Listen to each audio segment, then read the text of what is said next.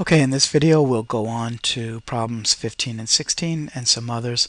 All we need to do here, he says, is find the slope of the line. We're assuming the points represented by the table lie on a line. So what we're going to do is simply find the slope between any 2 points.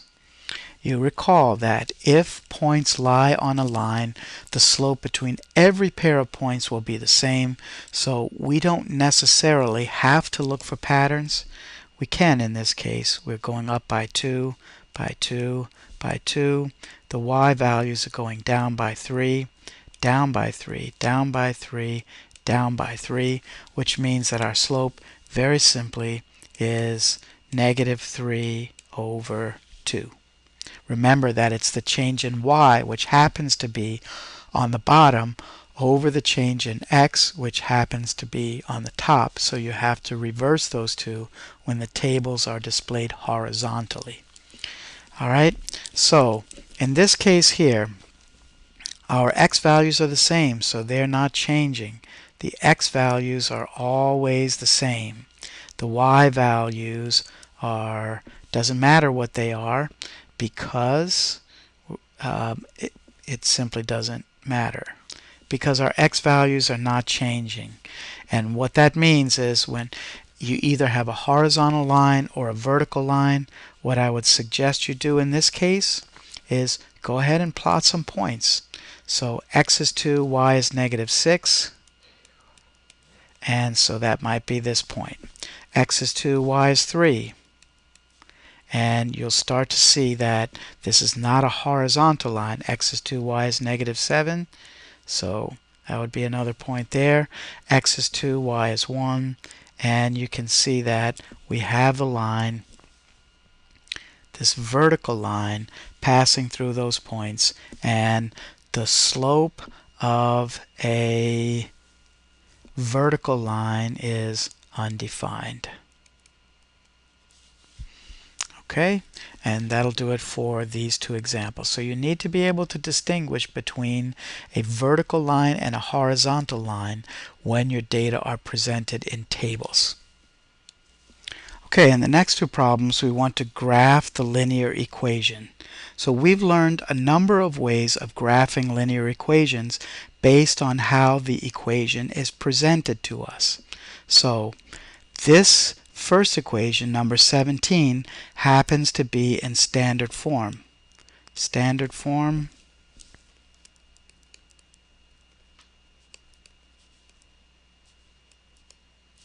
use intercepts. So we're going to start with the x-intercept. Means y is equal to 0. When you set the y term equal to 0, you get x is equal to 6. So you have the point. X is equal to 6. Y is equal to 0. Now, I notice a problem there, and the problem is that our graph doesn't go out to -6. Our graph only goes out to 4. So we might have a difficulty here. If that is the case, I don't want you to expand the graph. Instead, you might try to put the equation into slope-intercept form. So, but 6, 0 is not on the grid. So what am I going to do instead? Instead, I'm going to solve this for y. That's not the most fun thing to do, but it's not really that bad. So I start by subtracting x on both sides, and I get -3y is equal to -x plus 6. Divide everything by -3, divide everything by -3, and I'm left with, write this carefully, y is equal to -3 over -3 become 1. negative x over negative 3. Negative over negative is positive. X over 3 is really 1 over 3 times x. Then 6 over negative 3 is negative 2. And this is very easy to graph. How do I graph an equation that's in slope-intercept form? I start with the y-intercept. Then the slope tells me to go up 1, right 3, and I can go down 1, left 3, and you'll see all those points lie on the same line there. So that is actually much easier than using the intercepts when they're not working. So x is 6, y is 0. You can see that if we continued out, we would eventually hit x is 6, y is 0 over here. Alright, let's go on to the next one, which fortunately is already in slope-intercept form. There's a negative in front of the 2/3. And how do we graph that? We start with the y-intercept. The slope then tells us to go down 2, right 3. And we can go up to left 3. Notice that we fall on the same line, and we get that. Alright, so that's how number 17 and 18, it's easiest to graph many times by solving for slope-intercept form, y equals mx plus b. It's a little bit of algebra and some math involved there, but it definitely works out better. We'll go on to the next. Alright, in 19, 20, and 21, we want to identify the slope, the y-intercept, and the x-intercept of the graph. So there's a lot to do here. When we are in standard form, you can see that this one here, number 19, is in standard form.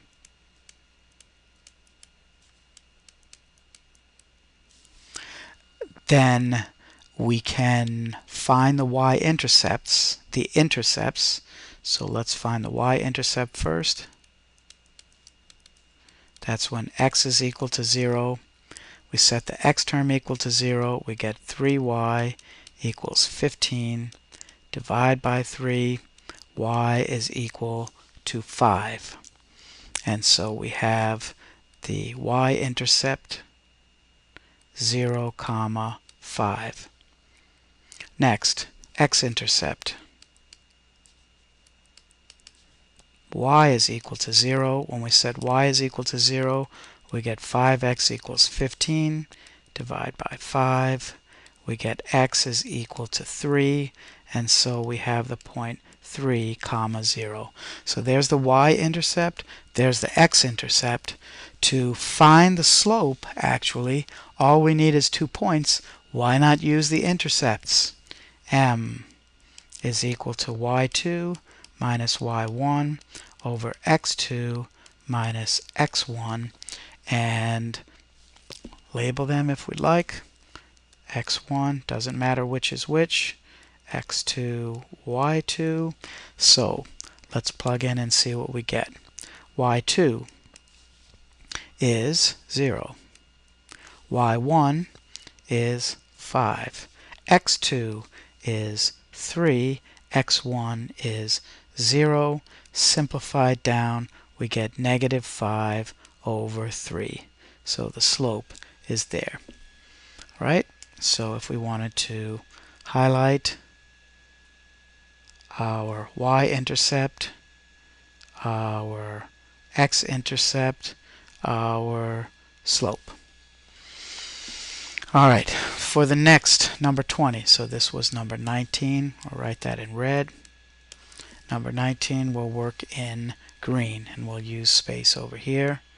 Number 19, we have y is equal to x minus 3. So some of the things we can tell right away. M is equal to 1. It's the number that's multiplied times x. Y-intercept means when x equals 0, and we get y is equal to -3, or we have the point 0, comma, -3.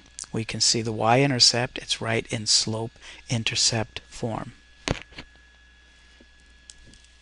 Slope-intercept form. Alright, so we've found the slope, we've found the y-intercept, and now we need the x-intercept. Well, the x-intercept is simply when y is equal to 0. So we set y equals 0, and we get 0 equals x minus 3. If we add 3 to both sides, we get x is equal to 3. That would be the point 3, comma, 0, and that is the second piece of information that we need. Alright, x is equal to -4. You must identify all points have x coordinate of -4. So this is a vertical line.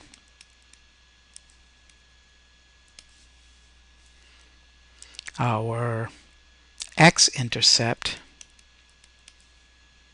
is simply 0, comma. No, all the x coordinates are the same, so it's -4, comma, 0. There is no y-intercept.